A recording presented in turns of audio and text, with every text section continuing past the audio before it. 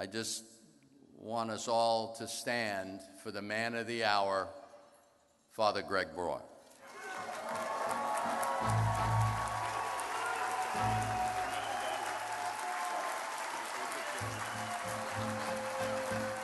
So how to speak of Homeboy's 25 years? When the Homeboy Bakery burned down in October of '99, we had kind of a smallish fundraiser shortly after at night. And about 2 hours before the event, I had a bunch of homies in my office on First Street, our little storefront then. And so I picked this one guy, Danny, who was a baker, and I said, sit at my desk and write a speech. So I was in and out of the office, and I could see he was struggling with it. And he's going, Homeboy Bakery is one of the most important, Homeboy Bakery is one of the most important, and I walked by, I thought I'd be helpful, endeavors. And he said, not a word I would use. So what word would you use to talk about this place? As John Cosenza says, Homeboy is not a program, it's a movement. In fact, 45 programs in the United States of America have an affiliation with Homeboy now, having been born from Homeboy, a part of our network of Homeboy.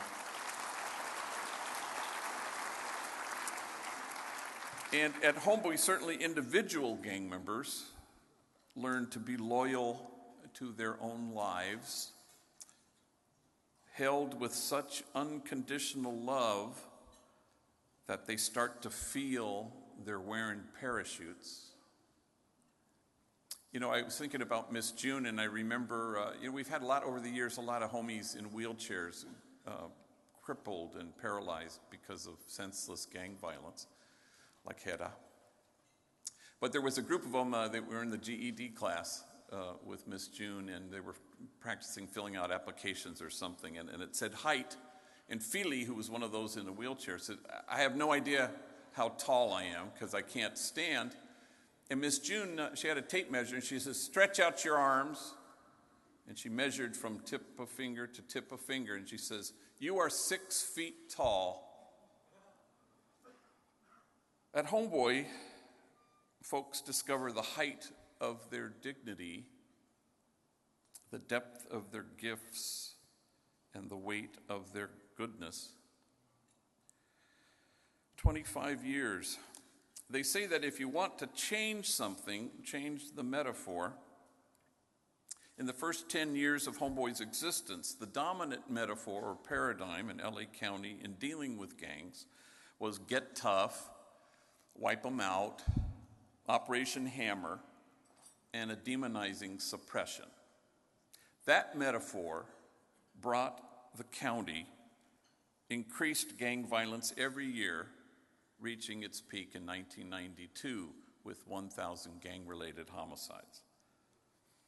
Then the metaphor began to change with an event and a program. The event was the unrest in April of 1992. The program was Homeboy Bakery, founded 2 months later.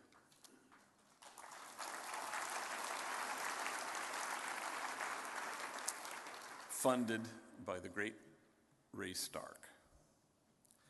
Suddenly,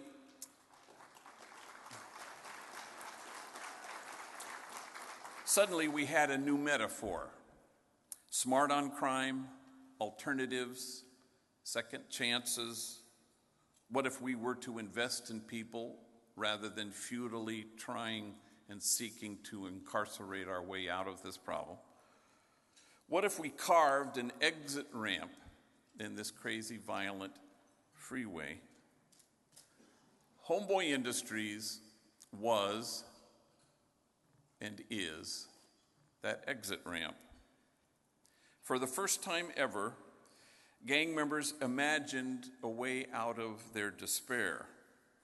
If you want to change something, change the metaphor. Homeboy Industries is a tipping point organization. It moved the dial. Gang-related homicides cut in half and nearly cut in half again. How do I know that LA County would not manage without Homeboy Industries? Because it didn't manage before Homeboy Industries.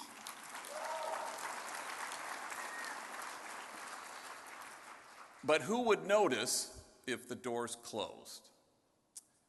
120,000 gang members would notice, and that matters. So when the bakery burned down, I ran from my house, and I could see the flames shooting through the roof, and the women in the projects were out there crying and hugging me. Some of them are here tonight, and promising me that when the sun came up, they'd have a venta de comida and sell food. There was a young girl named Lucero, 14 years old, hugging me, whispering in my ear, "Don't worry, G, we'll have a car wash," which was certain and destined to put us over the top in our fundraising. And of course, in those days, in the first decade of Homeboy Industries, there was so much hostility, hard to even retrieve it now. Death threats, bomb threats, hate mail, never from gang members, obviously, because we were a sign of hope, but from the people who embraced that first metaphor. We got a lot of that. So I'd write an op-ed piece in the LA Times, and then we'd brace ourselves.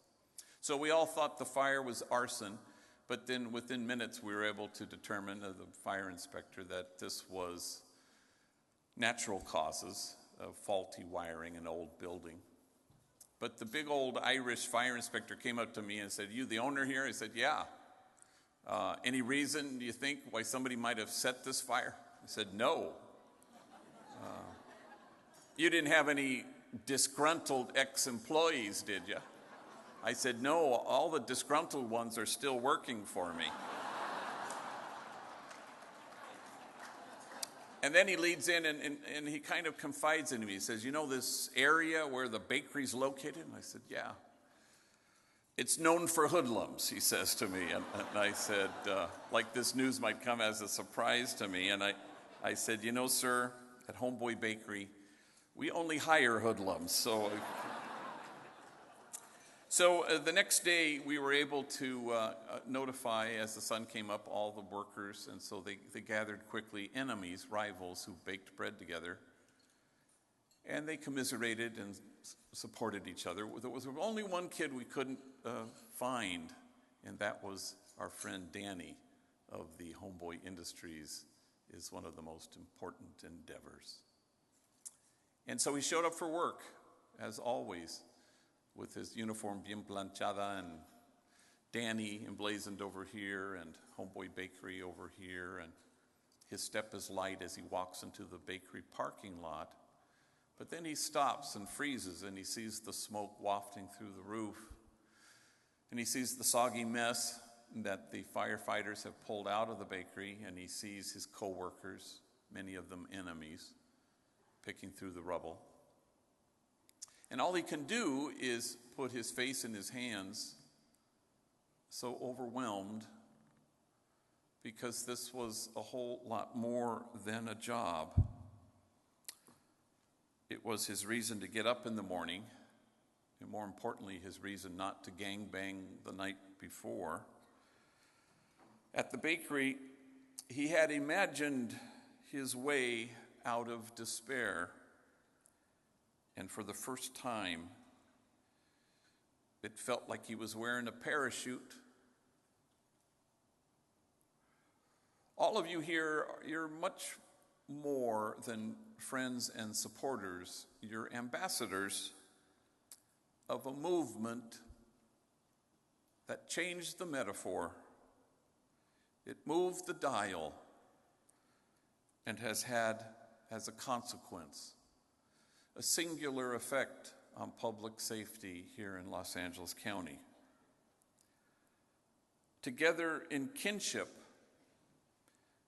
we have all discovered how tall we are,